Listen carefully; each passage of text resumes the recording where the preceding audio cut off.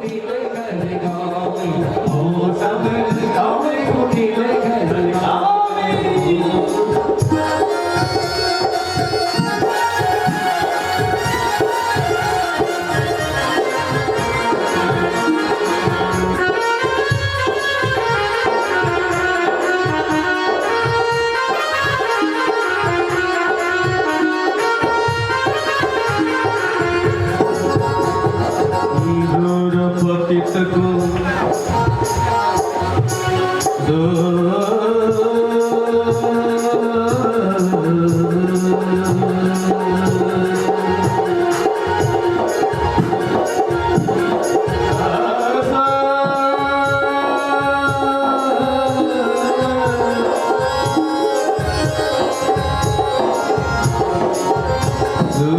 पतित को ठौर कहाँ है सूर पतित को ठौर कहाँ है सूर पतित को ठौर कहाँ है सूर पतित को ठौर कहाँ है सूर पतित को ठौर कहाँ है सूर पतित को ठौर कहाँ है मेरा ठौर कहाँ है ठौर कहाँ है मेरा ठौर कहाँ है ठौर कहाँ है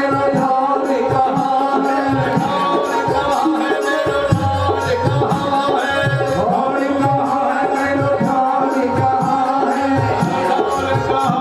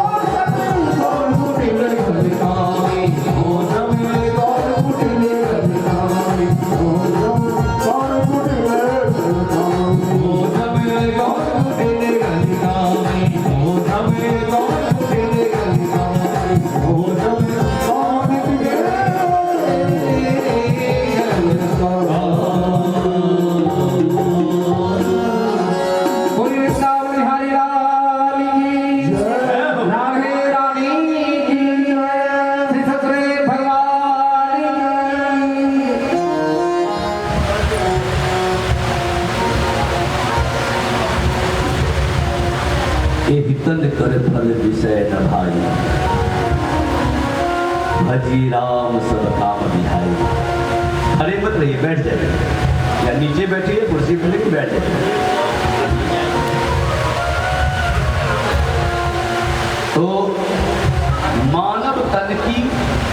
यथार्थ उपलब्धि यह है,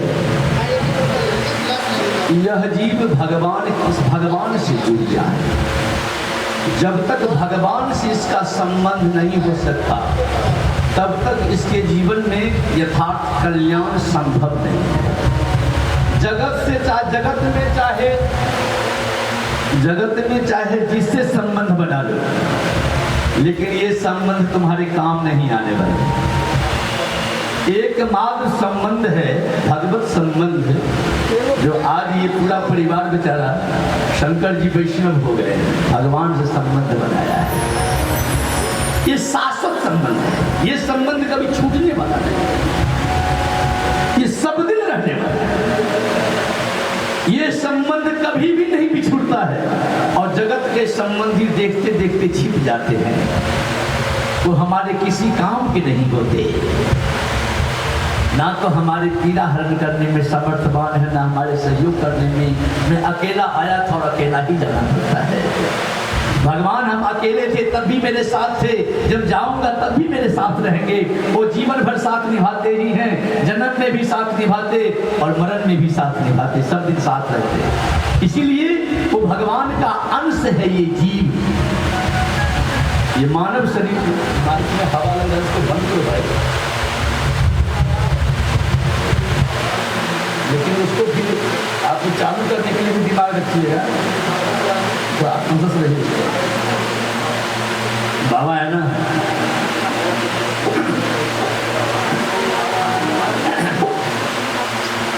तो महाराज यह बातें जो है तुलसीदास बाबा कहते हैं,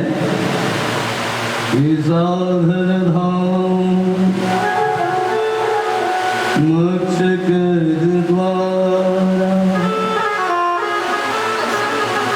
पाए न जेहि परलोक सवार।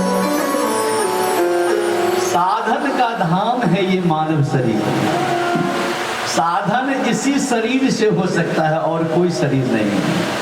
साधन करने के नहीं मिला, और ये शरीर प्राप्त करके यदि आत्म कल्याण नहीं किया, पर अत्र दुख पावई, सिर धुनि धुनि पछताए, काल ही कर्म ही ईश्वर ही, मिथ्या दोष लगा। कभी काल को कहता है, कभी कर्म को कहता है, कभी भाग को कहता है, कभी भगवान को कहता है, सब पर आरोपित करता है कि काल को ही मंजूर नहीं था, मेरे भाग्य में नहीं था, मेरे प्रारंभ में नहीं थे, मेरे संस्कार में नहीं थे, आदि आदि बात कह करके जो है तो यह जीव टाल देता है उस अवसर को, मानव शरीर को व्यर्थ बिता देता है। इसी बात को सूरदास बाबा कहा कि जिन तन दियो ताज बिसरायो, नमक हराम है। जो हमें मानव शरीर गिफ्ट में दिया है उसको भुला दिया है मैं, और उसको कहा तुमने कहा तू कौन, मैं जिन दियो ताज बिसरायो ऐसो नमक हराम। ये महात्मा कुछ भी कहने से चूकते नहीं। महात्मा तो यहाँ तक कि जीव को गाली भी दे देते हैं, शास्त्र भी गाली देता है और महात्मा भी गाली देते हैं। एक यही महाराष्ट्र में औरंगाबाद है, यहाँ एक कांग्रेस के सांसद रह चुके हैं 2 बार, बाबा रामकृष्ण पाटिल, उनके यहाँ हम लोग गए थे। उन्होंने मराठी में रामायण पढ़ते थे, एकनाथ जी ने मराठी में रामायण लिखा है। उन्होंने कहा कि महाराज एक बार बताऊं, मैंने कहा बताइए। आप देखो महात्मा गाली देते थे, कैसे? तो एकनाथ जी अपने रामायण में लिखा है, मराठी को रामायण है, कि तुम्हारे मुंह से भगवान का नाम नहीं निकल रहा है, तुम्हारी माँ किसी पर पुरुष के पास गई थी क्या? किसी और पुरुष के पास गई थी क्या? ऐसे महात्मा एकनाथ जी ने लिखा है मराठी में, एकनाथ जी ने मराठी में लिखा। तो ऐसे कहने का भाव मतलब यह कि महाराज जिंतन दियो ताहि बिसरायो, उसको याद कराने के लिए शास्त्र भी गाली देता देता है, महात्मा भी गाली देते हैं, संत भी गाली देते हैं, ताकि किसी प्रकार इस जीव को ग्लानि लगे, ग्लानि लगे और ग्लानि समझ करके वह आत्म कल्याण के लिए आगे आवे, भगवान से जुड़ने के लिए आगे आवे। भगवान ही अपने हैं, ये जगत सपना है, ऐसा यह निश्चय कर ले, समझ जाए। ये सत्संग सत्र का इसीलिए आयोजन है, यही समझाने के लिए, और इसका समझाना भी लाभकारी है, समझना भी लाभकारी है, और समझ करके करना भी लाभकारी है। वो चीनी का वो हाथी है जिसके पूंछ खाओ तब भी मीठा, पाँव खाओ तब भी मीठा, कान खाओ तब भी मीठा, मुंह खाओ तब भी मीठा, क्योंकि चीनी का ही हाथी है। जैसे भी जिरो, ये सब समय और सब स्थिति में लाभ ही करने वाले हैं, कल्याण ही करने वाले हैं। ऐसी सुंदर दिव्य वस्तु है ये, परम वस्तु है ये, परम वस्तु है ये। तो इस प्रकार महाराज आगे चल करके हम भागवत की महात्म की ओर चलेंगे, भागवत की महात्म की ओर चलेंगे। महात्म में एक बार हम देवरिया में कथा कर रहे थे, तो वहाँ एक बुढ़िया आई, बूढ़ी मैया, वहाँ पर मैंने स्कंद पुराण का महात्म कहा था। तो बुढ़िया मैया ने कहा कि बाबा आपने धुंधकारी गोकर्ण की कथा तो कहा ही नहीं। तब से मैं यह निश्चय कर लिया कि नहीं, जहाँ भी कथा करूँगा, कथा ठाकुर जी कहवाएंगे तो हम यही महात्म कहेंगे सब जगह। इसलिए भागवत में दो पुराणों से महात्म लिया गया है, एक है स्कंद पुराण का महात्म और दूसरा है पद्म पुराण का महात्म।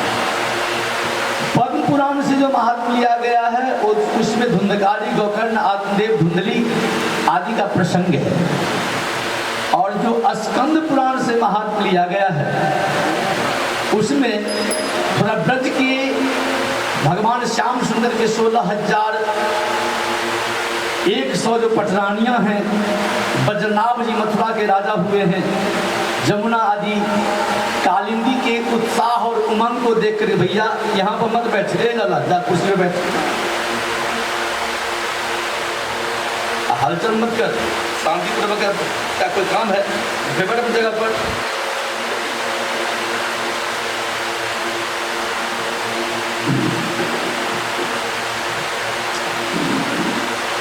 तो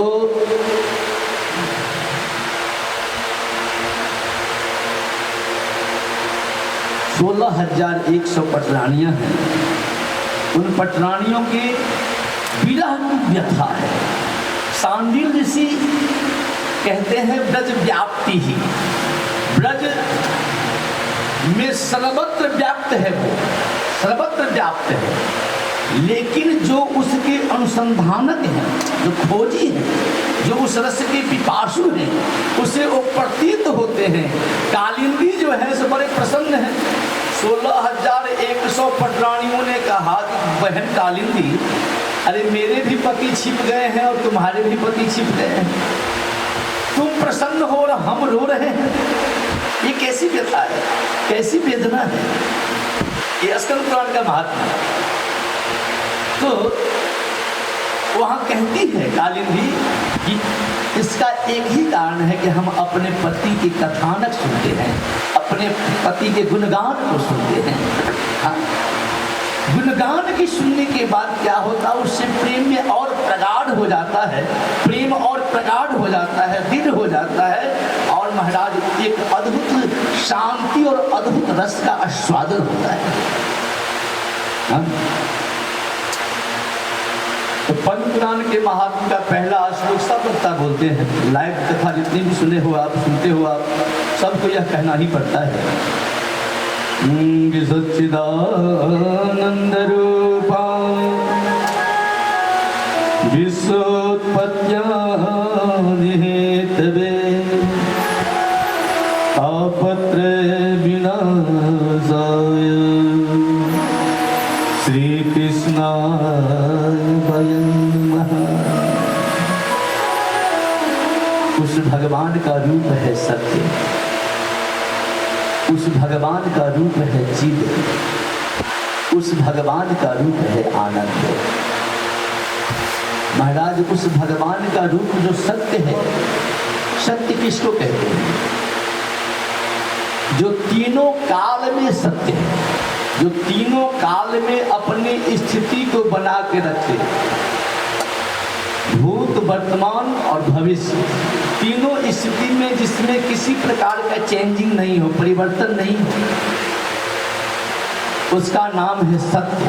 अपरिवर्तनशील सत्ता जो है उसका नाम है सत्य। और इस संसार में सत्य जैसा कोई धर्म नहीं है, क्योंकि सत्य भगवान के ही स्वरूप है, सत्य भगवान ही है। हाँ, भगवान का ही रूप है सत्य।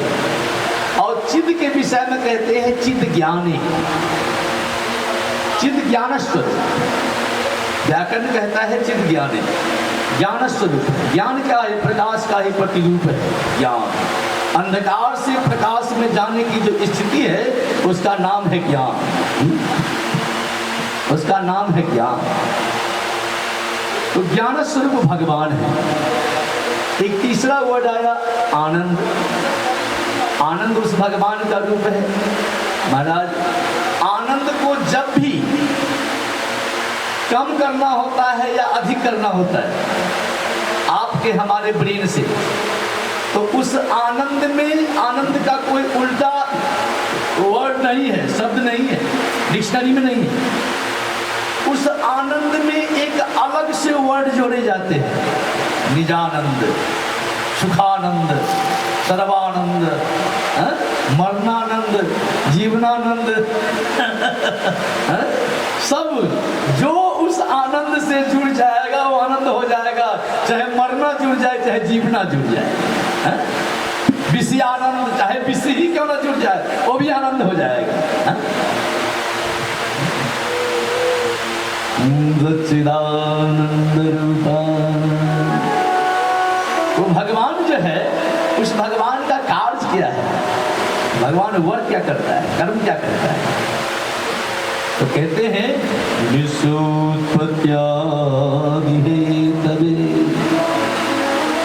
की उत्पत्ति, स्थिति और संहार।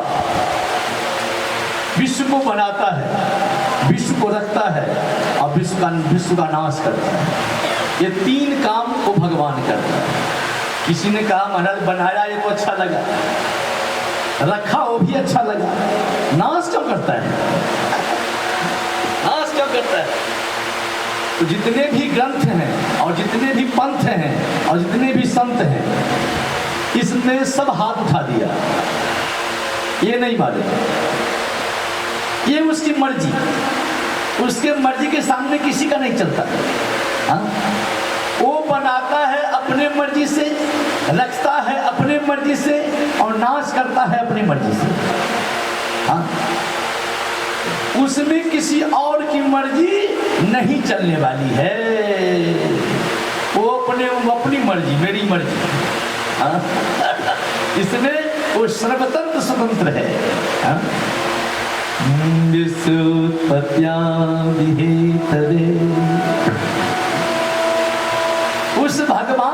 उस भगवान के आश्रय में जाने पर, उस भगवान के नाम रूप लीला धाम गाने पर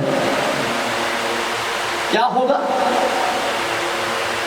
कहा देखो इस संसार में तीन प्रकार के ताप हैं, तीन प्रकार के ताप हैं। एक है दैविक ताप, भौतिक ताप और आध्यात्मिक ताप। एक ताप ऐसा है जो देवता लोग देते हैं, एक ताप ऐसा है जो प्राणी मात्र से मिलता है, एक ताप ऐसे हैं जो महाराज शरीर में होता है, दैहिक ताप। तो दैहिक ताप किसी को diabetes, thyroid, blood pressure, cancer, jaundice, क्या क्या होता है। ये जो रोग हैं, ये जो रोग हैं ये शरीर के रोग हैं। तो दैहिक ताप के दो काइंड्स हैं, दो प्रकार हैं। एक है मानसिक ताप और दूसरा है शारीरिक ताप। Diabetes, thyroid, blood pressure, cancer, ये तो बॉडी का ताप है। और मेंटल ताप जो है, मानसिक ताप जो है, बहू बात नहीं मानती, बेटा कहा हुआ नहीं मानता है, सेठ को कहा था, सेठ हमारे ऊपर हुकूमत करता है, बात नहीं मानता, छुट्टी नहीं देता है? आदि आदि बहुत तरह के जो उत्पीड़न है, ये है मानसिक ताप। ध्यान से कथा सुनोगे तो कुछ कुछ अलग की तरह का वस्तु सेव हो जाएगा, इसलिए ध्यान से सुनो। लाइव कथा तो सुनते ही रहते हो, लाइव कथा में बहुत सारी बातें हैं, लेकिन ये कथा था ध्यान से सुनोगे तो कुछ कुछ अलग हट के वस्तु से मिलेगा। हाँ, तो दैहिक ताप के दो काइंड्स हो गए, मानसिक और फिजिकली, शारीरिक ताप। और दूसरा ताप है देवताओं के द्वारा सताया जाता है जीव को। जब जीव भगवान का भजन नहीं करता तो भूकंप हो जाएगा, सामुद्रिक तूफान हो जाएगा। अभी देखा गुजरात को अलर्ट किया गया था, वो तो भगवत कृपा हुई जो महाराज मार्ग बदल गया, नहीं तो ना जाने पूरी वाली हालत हो जाती है।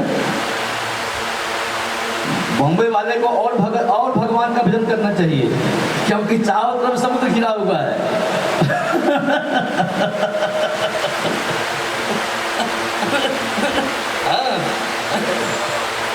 क्यों जी, यदि बारिश नहीं हो तो बॉम्बे खाली करना पड़ जाएगा।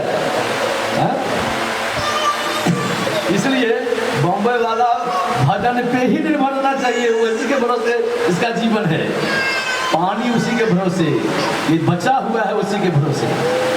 यूं इस प्रकार महाराज देवताओं के द्वारा जीव को सताया जाता है। और तीसरा है प्राणी के द्वारा सताया जाता है। सर्प से डर होता है, बिच्छू से डर होता है, आदमी को आदमी से डर होता है, उग्रवादी है, आतंकवादी है, आदमी से आदमी को डर होता है। प्राणी मात्र से जो डर है, ये सारे भूतों से डर है। भूत मतलब प्राणी, हाँ? इससे जो डर है, ये तीन प्रकार के डर जीवन से खत्म हो जाता है। कब? जब हम भगवान के चरणाश्रित हो जाते हैं और उनको ही अपना पतवार बना लेते हैं, उनके ही आश्रय में अपना सांस लेना, सोना, जगना, खाना पीना सब कुछ तुम ही हो यार, है? जीवन तुम, मृत्यु तू, जस तू, हानि तू, है? सब कुछ जब तुम ही हो जाते हो, तब महाराज इसके जीवन से भय खत्म हो जाता है।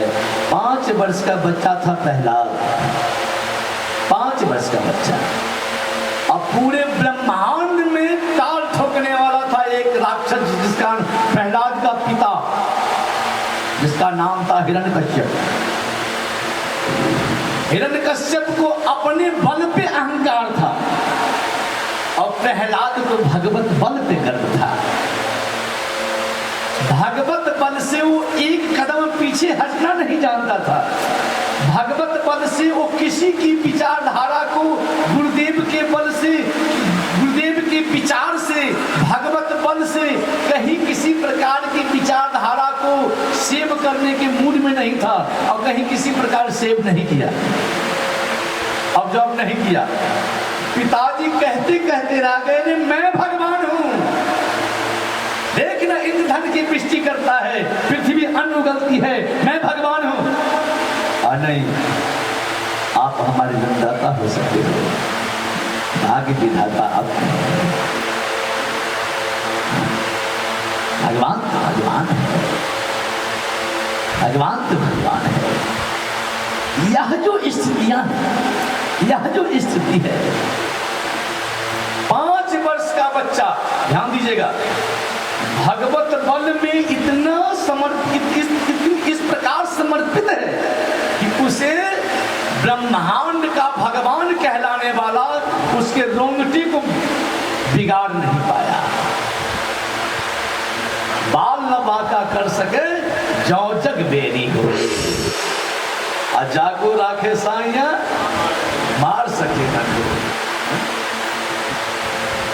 5 वर्ष का बच्चा ब्रह्मांड के सम्राट को झुका दिया, सर नीचे हो गया, क्योंकि लाख उपाय कर लिया, उसके कुछ नहीं बिगाड़ पाया। तब जाके उनके गुरु थे संगमर, कथा मालूम है, कथा आगे आएगी भागवत में तो कही जाएगी विस्तार से।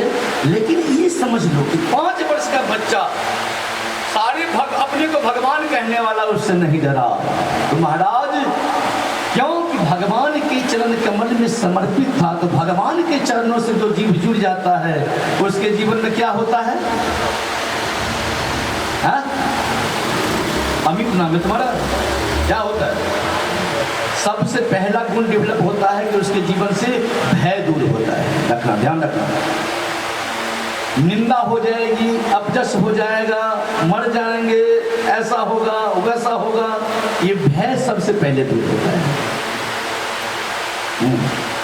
भय जब दूर होने लगे तो समझना चाहिए कि भगवत कृपा भगवान का अनुग्रह हो रहा है। हाँ। तो इस कथा कीर्तन नाम रूप लीला धाम का पहला फल है कि आपके जीवन में निर्भीकता बढ़ेगी, भय रहित होगी। सुखदेव जी महाराज द्वितीय स्कंद में कहा है कि तस्मात् भारत सर्वात्मा भगवान ईश्वरो हरि श्रोतव्यः कीर्तितव्यश्च स्मर्तव्यश्च क्षताभयम्।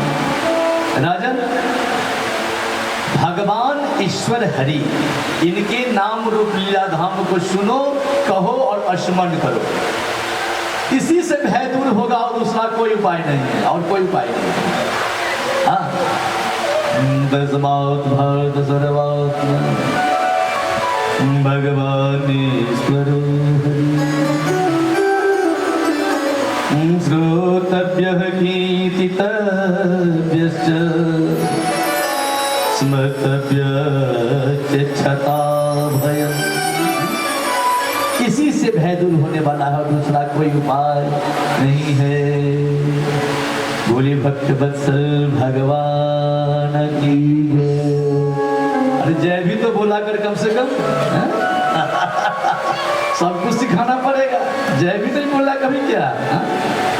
अरे वृंदावन बिहारी लाल की जय जय श्री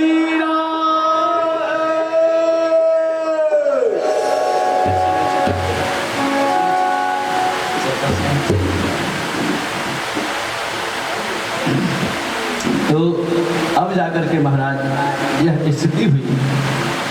उस भगवान का नामकरण क्या है? जो विश्व को बनाता है, जिसके आश्रय में जाने से तीनों ताप खत्म हो जाते हैं, उस भगवान ने कुछ नाम तो होगा ना। व्यासदेव क्या नाम रखा? व्यासदेव नाम रखते हैं श्री कृष्णाय वयं नमः। उस भगवान का नाम है श्री कृष्ण। एक महात्मा कहते हैं भैया कृष्ण तो समझ में आया, ये श्री कौन है?